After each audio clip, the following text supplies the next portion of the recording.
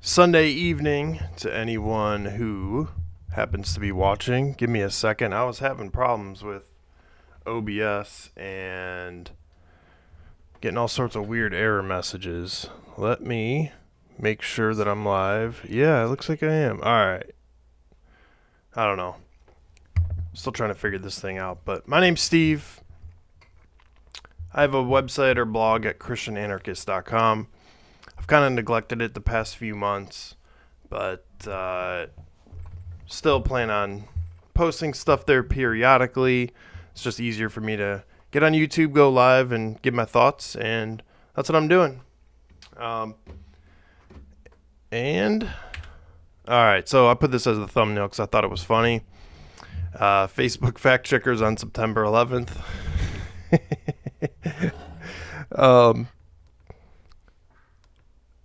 Alright, just making sure we're good. So I am not a nut when it comes to September 11th. I'm not a conspiracy theorist, right? When it comes to September 11th, at least. However, there are a few oddball things. Before I get into my story and what I remember on September 11th, I wanted to go through a couple things that are just odd. I'm not saying the government was behind it, but there's some odd things once you start looking into it. And I haven't gone deep down this rabbit hole, but watch this clip.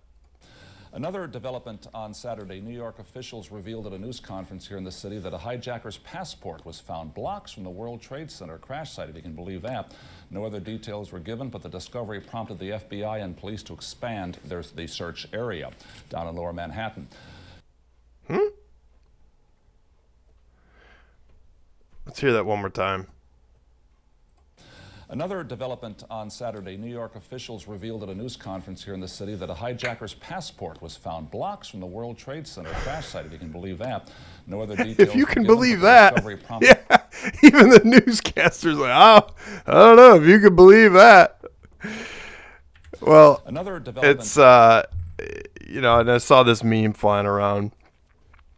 Never forget, jet fuel doesn't melt passport paper, and they have apparently 2 passports that were found by the FBI. What are the odds of that happening? I mean, we all saw the footage from that day. Seems highly unlikely. I'm not saying it's impossible. I have no idea. But, I mean, this one's in pretty darn good condition. This one's a little charred up a little bit. A little beat up. I don't know. Now, if that were the only piece of evidence that some of these folks have, you'd be like, oh, I don't know. Sometimes crazy things happen. And maybe it did. Listen, I don't know. I'm not saying one way or another. But then you start going down this rabbit hole, and then it gets real interesting. And kind of a funny meme, never forget, but then they want you to forget this little building over here, which happened to collapse too. Again, I've seen some crazy video footages from that day. That lead to some questions. And then I saw this video flying around, and I didn't even watch the whole thing. I just literally saved it this evening. Floor by floor instead of popping out. It was if they had detonated. Detonated. They were planned to take down a building. Boom, boom, boom, boom, boom, boom, boom. All the way down. I was watching it and they were on it. Floor by floor instead of popping out. It was if they had detonated. Detonated. They were planned to take down a building. See it there, right there? Detonated. Boom, boom, boom, boom, boom, boom. All the way down. All of a sudden, it was like bang, bang, bang, bang, bang, like bullet shots. I saw from the corner, boom, boom, boom, boom, boom, boom, boom, boom, boom. Just like 20 straight hits. Just went down. And as the bombs were going, people just started running, and I sat there and watched a few of them explode, and then I just turned around, and I just started running for my life, because at that point... He actually said as the bombs were exploding. The World Trade Center was coming right down. from the corner. Boom, boom, boom, boom, boom, boom, boom. The whole building just went, and as the bombs were going, people just started running, and I sat there and watched a few of them explode.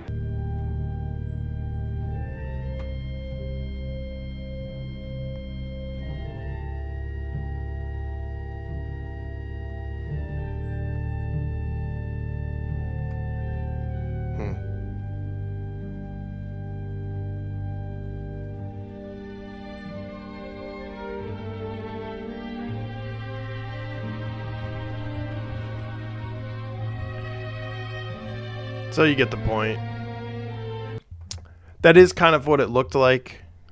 Now, my problem with these theories that someone bombed or had explosives set up in the building or whatever, I don't even know if that's the exact theory, but I think that's what they're getting at, is and assuming that their assumption is that our government's behind it. I don't think, the only reason I haven't fully accepted this is I don't think our government is competent enough to pull something like this off. Especially, I mean, there's people that work for our government who have no morals, no empathy, and they're truly evil people, in my opinion. I'm not saying all of them are. Most of them probably aren't. But there are some lunatics out there who will put country, or what they perceive as being the country, above anything else.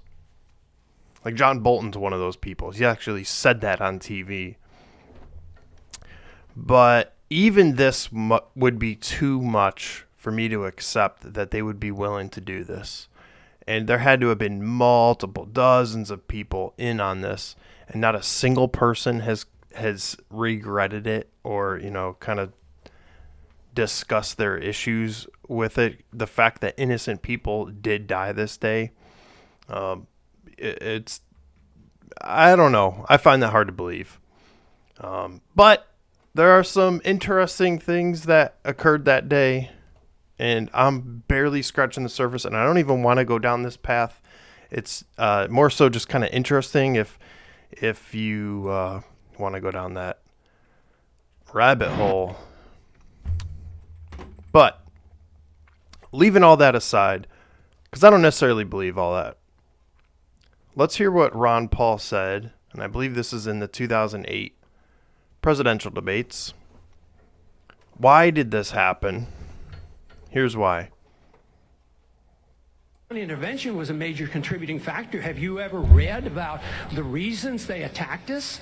They attack us because we've been over there. We've been bombing Iraq for 10 years. We've been in the Middle East. I think Reagan was right. We don't understand the irrationality of Middle Eastern politics. So right now we're building an embassy in Iraq that's bigger than the Vatican. We're building 14 permanent bases. What would we say here if China was doing this in our country or in the Gulf of Mexico? Bingo. Do you think the U.S. government would allow China or Russia to build up bases on the border of Canada and Mexico or somewhere in the Gulf of Mexico? I mean, give me a break. They would never, ever let that happen. We would be objecting. We need to look at what we do from the perspective of what would happen if somebody else did it to us. Are you suggesting we invited the 9/11 attack, sir? I'm suggesting that we listen to the people who attacked us and the reason they did it. And they are delighted that we're over there because Osama bin Laden has said, I am glad you're over on our sand because we can target you so much easier. They've already now, since that time, have killed 3,400 of our men, and I don't think it was necessary. Wendell, may I make a comment on that? So, it's funny watching this back. I never watched these when this was happening. For most of my life, I avoided politics. I didn't care about it whatsoever. Had no interest in it. I certainly wouldn't be watching a debate or whatever. I'm sure I voted during those times, but I was an idiot 18-year-old or 20-year-old who didn't know anything about anything and didn't even know who Ron Paul was until years later. But let's finish this clip. It's really an extraordinary statement. It's an extraordinary statement as someone who lived through the attack of September 11, that we invited the attack because we were attacking Iraq. I don't think I've ever heard that before, and I've heard some pretty absurd explanations for September 11. The intervention was a major contributing Oh, factor. gosh darn it. I clicked that. Dude, Rudy Giuliani, he's a real piece of work, this guy.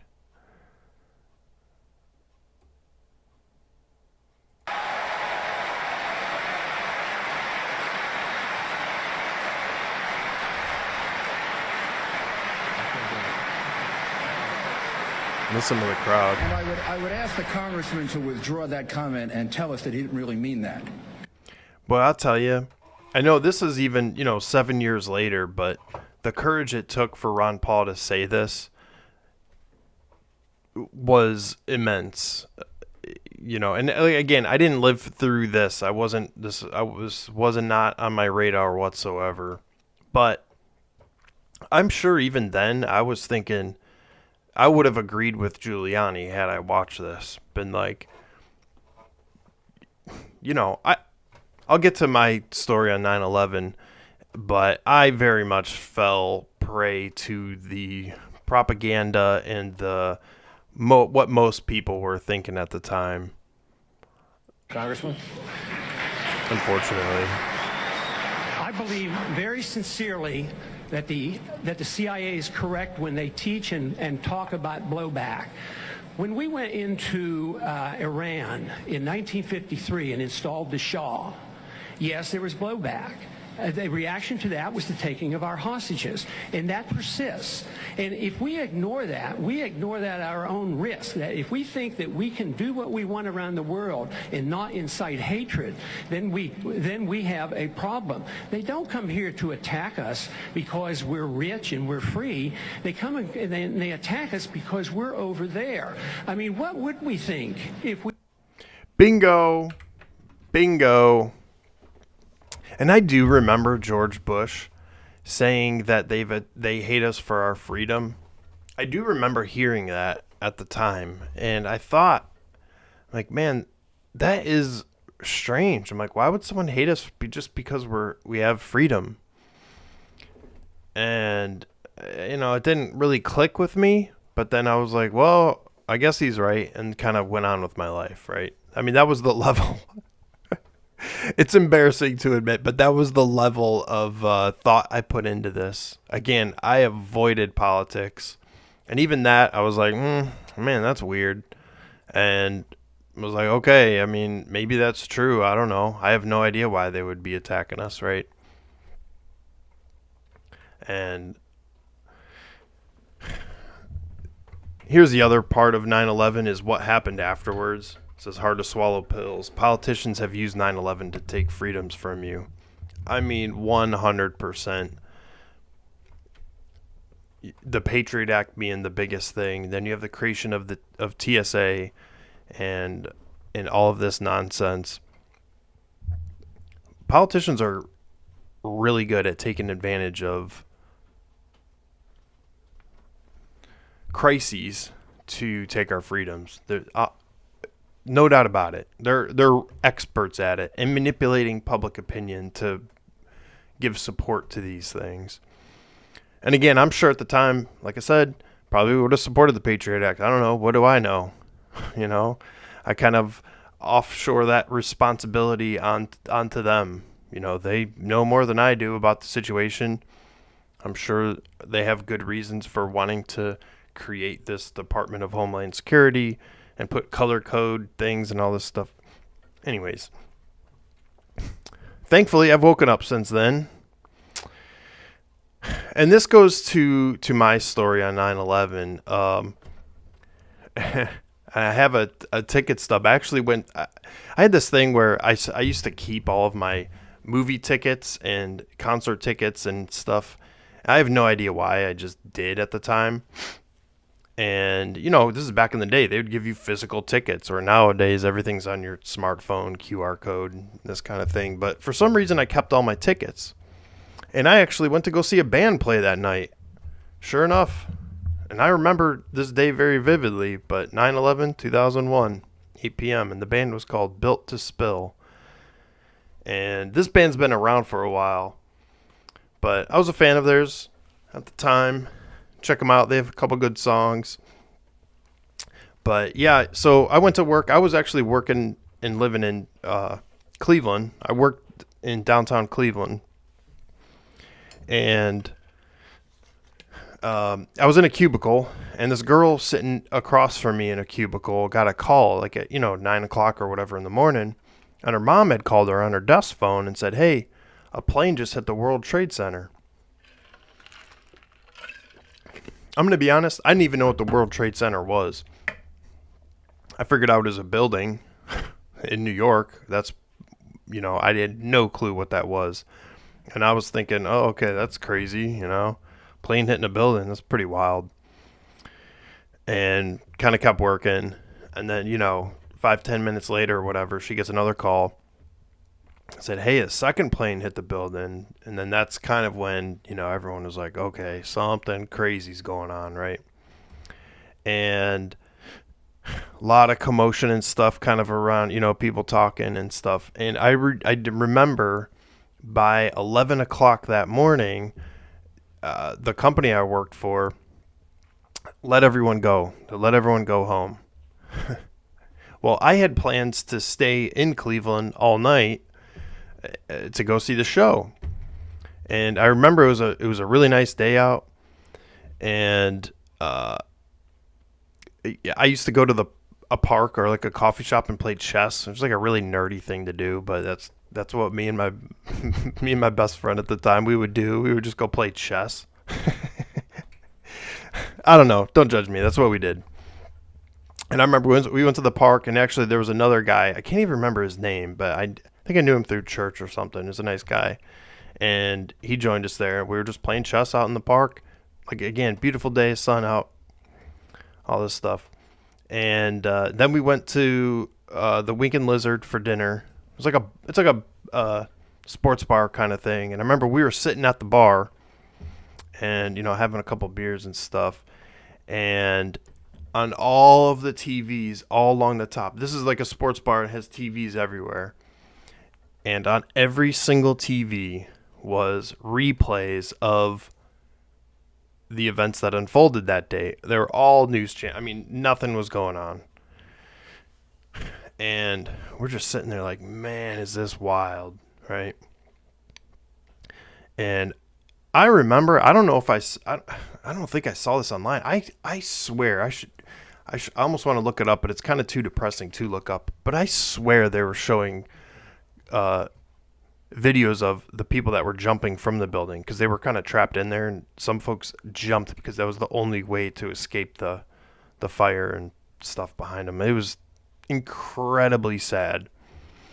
And I remember just like, man, and then that turns into the rage of, we need to go get whoever did this, right? And that was what the entire country felt, pretty much, more or less.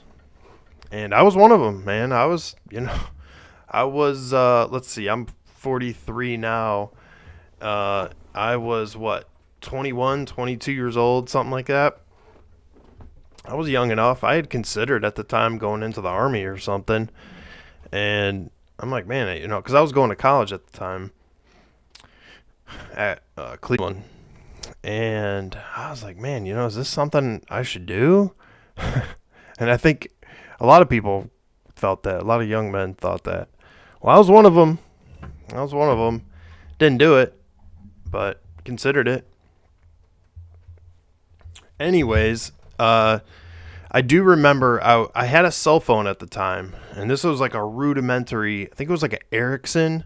It was like a brick kind of thing like this. It was kind of skinnier, and it had a physical keypad on it, mostly numbers, I believe. But you still could text and maybe get like scores of a game or something. And it would be like sending, receiving.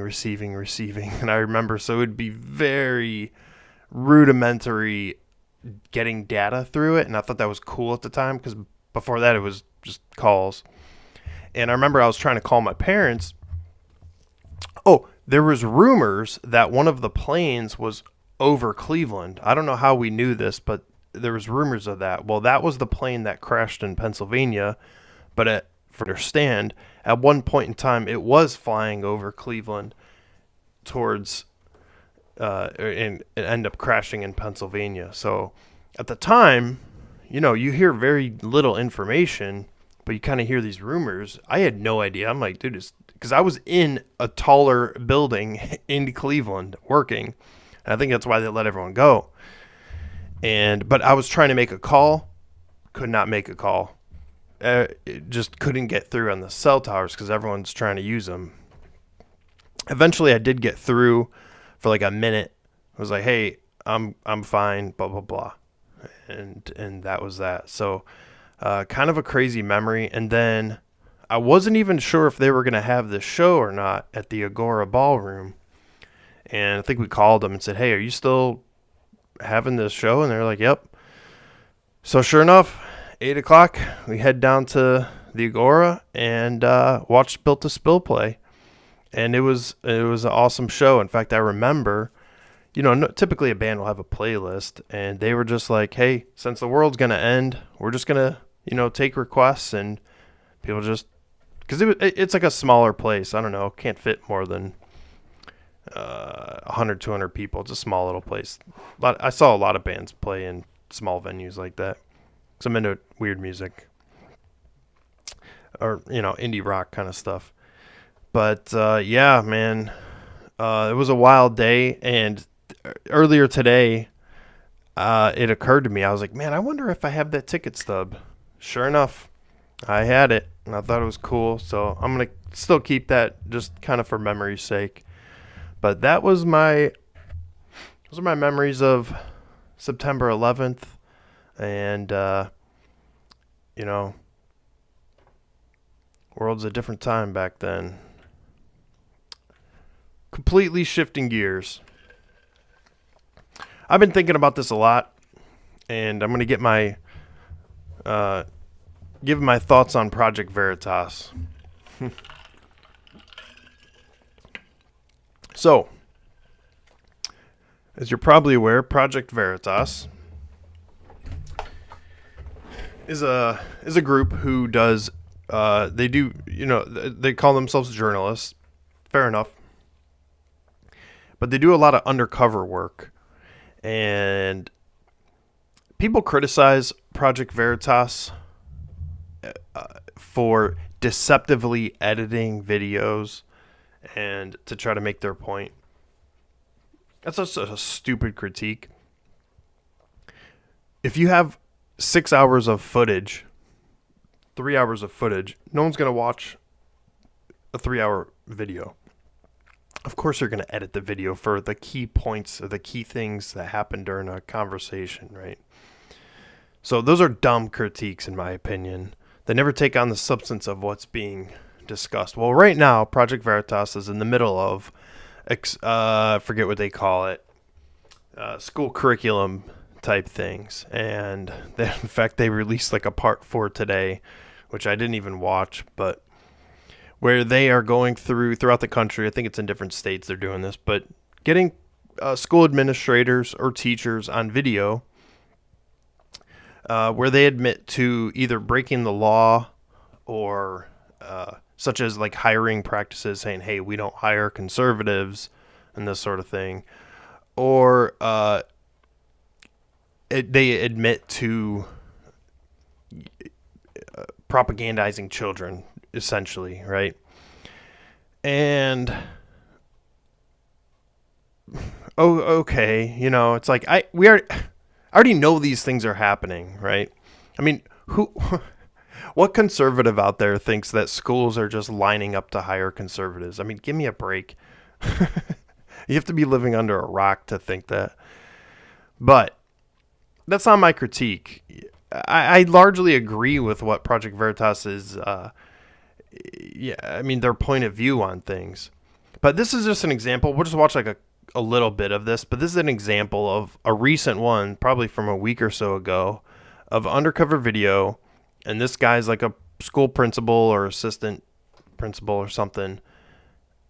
And here's a taste of kind of how their videos go. Oh, so then what do you do with the Catholics if you find out someone is Catholic and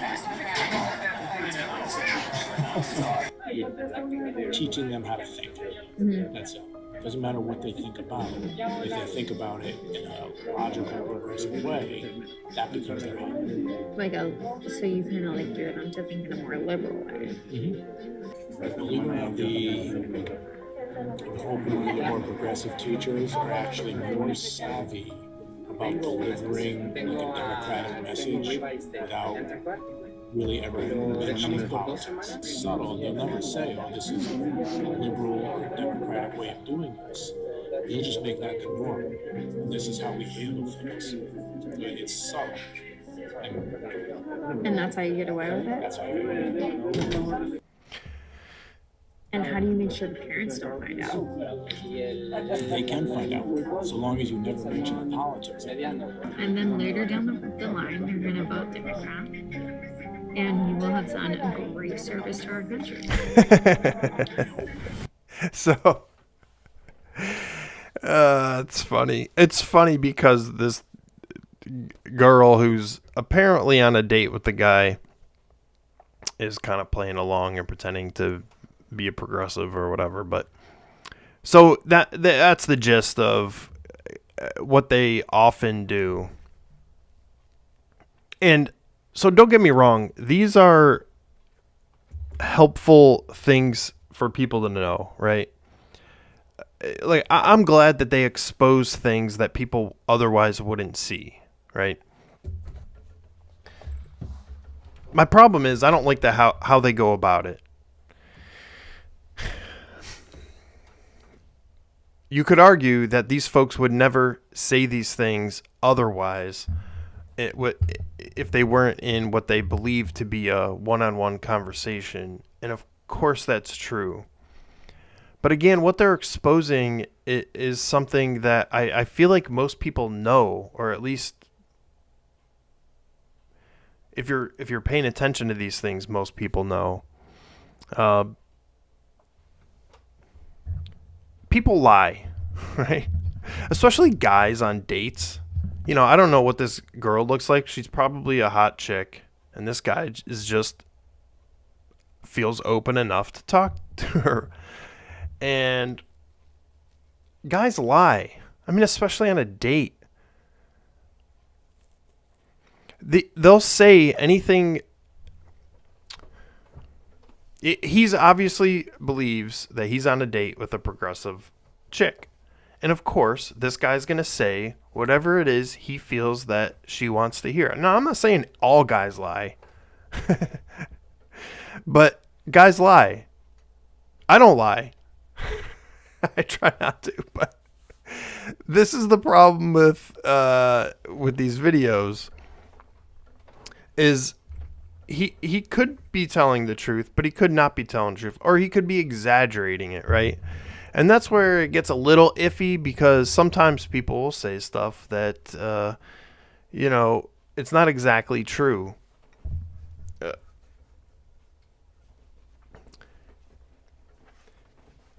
What gets even worse is often when they release these videos like this, it's like, in some ways I'm okay with, like, I get what they're trying to do. But what gets even more cringy is so they've accumulated these undercover videos for a few weeks or a few months, and then they have this whole thing where they're like, the secret curriculum, we're going to expose what the schools are teaching your kids and stuff. And then they have like a 2 to 3 week dump of these things. Every few days they're putting out more clips. One just came out today. But there's James, what's the guy, the Project Veritas, James O'Keefe. He takes us a step further. Is once these videos go out, he goes and like hunts these people down and wants a comment from them. So I guess the part that I have a problem with is there's an aspect to this where you're destroying these people's lives. And it's weird for me to have sympathy for some of these folks, especially, because I'm not ideologically aligned with these people, or they're violating the law and they're ruining our country. They're brainwashing kids and stuff. It's like, I get all that. But man, I mean, they really wreck these people. And then they put it online and they show a video clip of James O'Keefe kind of bombarding them and asking them for a comment. And then you just see the life drain out of their face. And maybe I'm just, I don't have that, I have too much empathy or something. So like, watch this next clip here. So this lady, and I don't know her exact title or what she did, but they put out a similar video to this previous one for this lady, for the world to see. She's sitting here in this little diner type thing, thinking she's on a date, I believe. And I couldn't even watch this. I don't know. I just kind of cringe watching it. And I didn't watch it. I watched about 10 seconds. Hi. Is this seat taken? Yes. Okay. By whom? That person works for me. My name is James O'Keefe. And you can just see her face goes like flush. And, you immediately think of all the other times you spent with this person. Presumably this is a second or third or fourth or fifth date. I'm assuming it's a date, because it was a guy in this case with her. And Project Veritas, and you are on hidden camera speaking to our undercover journalist. That's the man that was meeting with you. And you're on tape. You work for Trinity School, right? You're the director of student activities. And you're on tape, and you're saying, I don't hide how I feel, but I can't pretend I'm not promoting an agenda. You're recorded making all these statements, even though I clearly am promoting an agenda with all the stuff I'm doing. What agenda are you promoting? I have no idea what this is. Well, it's an undercover investigation by Project Veritas. You work at Trinity School. You've been caught on camera. You're also on camera saying... Dexter. Oh, yeah. So you get the point. I mean, again, I don't know.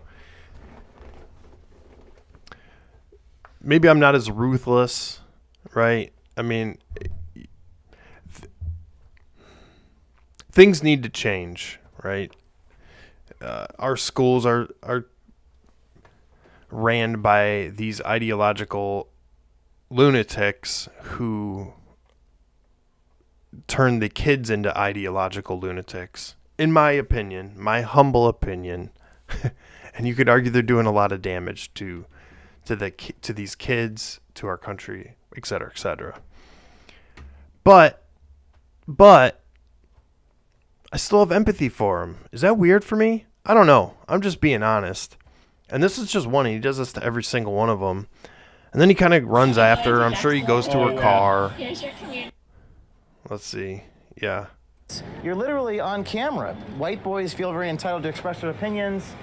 She's walked into the dentist's office here, hiding from Project Veritas, obviously. Last time they ducked into the pharmacy.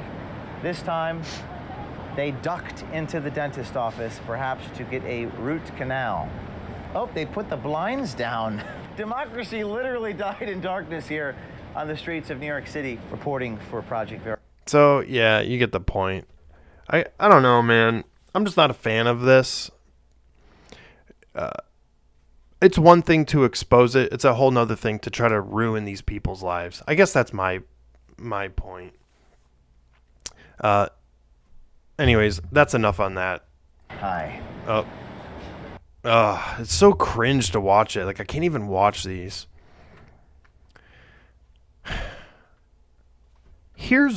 So when people criticize Project Veritas for deceptively editing their videos, and you could see they had little snippets in there, and you saw in the previous video, they're just taking the clips that were the most outrageous thing the person says or the illegal things the person says. And that's not bad journalism per se. This next clip is bad journalism. And this is something on Showtime. I don't exactly know what it's for or what show it's a part of. But this is straight up crazy. And of course, I'm sure this is some anti-gun piece that they were putting out there. And this does look like it's a 3D printed gun. I'm not exactly sure which model this is. It's not familiar to me, but it does have a folding stock here, which is interesting. But you can tell by the blue color, it's probably a 3D printed gun. So I'm sure that they're going to say 3D printed guns are scary and they're ghost guns and they're untraceable and et cetera, et cetera. So they get this guy. Just watch this clip and tell me if you find something wrong with it.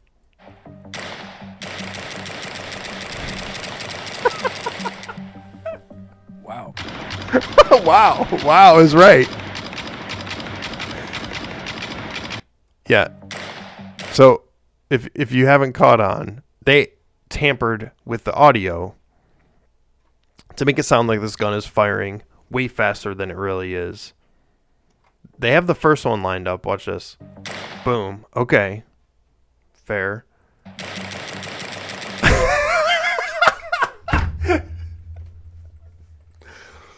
Oh, it's so bad. It's so bad. Wow.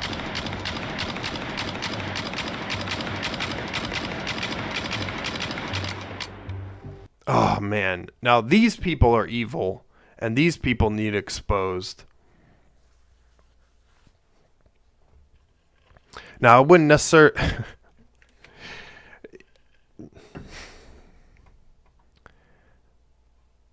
I guess if enough people saw how deceptive these... And this is just one stupid example. I mean, this stuff happens all the time. But once people see how they're being lied to, they will stop watching this stuff or stop going to these sources and look for true reporting elsewhere. That's really how you're going to win this. And I guess the same thing can be applied to schools. Is once you understand that the administrators, some of the teachers, etc. And I'm saying every administrator, every teacher's an insane lunatic. That's not the case. I mean, there are, believe it or not, there are some good teachers. But if enough people see that the institution itself is corrupt or has competing interests that are not in line with how the parents want their kids educated, then things will change. So I guess my problem with, Project Veritas, it's like, okay, what are we going to do about this, right? I already know everything that they're exposing for the most part. Now, I don't have it on video, so I guess there's some value in making other people aware of this. But what are we going to do about it? And when it comes to education, it's a little more difficult. But the answer is, more times than not, no matter what topic you're talking about, is to build our own institutions. The problem is it takes a lot of time, takes a lot of money, takes a lot of effort. But if enough people's minds get changed, that's the logical conclusion for what needs to happen. Some of these institutions are not repairable, and the news media is one of them. What's funny is I should have pulled screenshots of this. I've been noticing a difference in CNN. I get alerts on my phone from CNN for, breaking news and this kind of thing. And man, for like years it was, did we tell you how bad Trump is? The walls are closing in on Trump. It was all Trump, all this kind of stuff, and how we're supposed to hate Trump. And I'm not a Trump fan, but it is funny because that's all it was. And now I'm getting alerts like let me show you the dive wreckage of the Titanic in 8K footage. And you're like, wait, what? Is it, did Trump do something wrong? Or yeah, why aren't you guys talking about Trump anymore? But I have noticed other alerts that are not political, not trying to get you to hate your enemy, your neighbor. And it is kind of interesting. Now, I still don't trust them whatsoever. Their institution is beyond repair. So whatever kind of shift they do is going to win nobody over. Or certainly not me. That's for darn sure. In any case, I need to wrap this up. I'm going to go watch Game of Thrones. I don't know. Started watching that. I'm going to end this on a funny note. Tonight, my son and I made some pizza from scratch. Made some dough, made our own pizza. It was actually really good. And it got me thinking about this clip I saw a few weeks ago. If you remember, kind of like old school wrestling, and each wrestler had their own, persona and gimmick. Like Jake the Snake, he would walk out with a friggin' snake around his neck and all this kind of stuff. I used to watch that stuff as a kid. I was never like a huge wrestling fan, but now this is pretty wild. Now this isn't even like B-level wrestling. It's probably 2 tiers below that, but just watch this. It's really funny, and I'm going to end on this just because it's funny.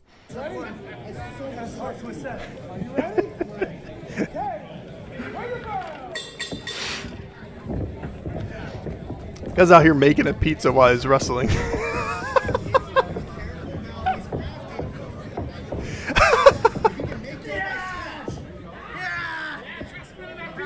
Slap him with that pizza.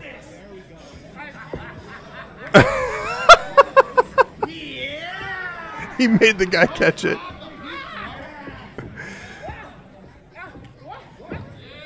This is so ridiculous.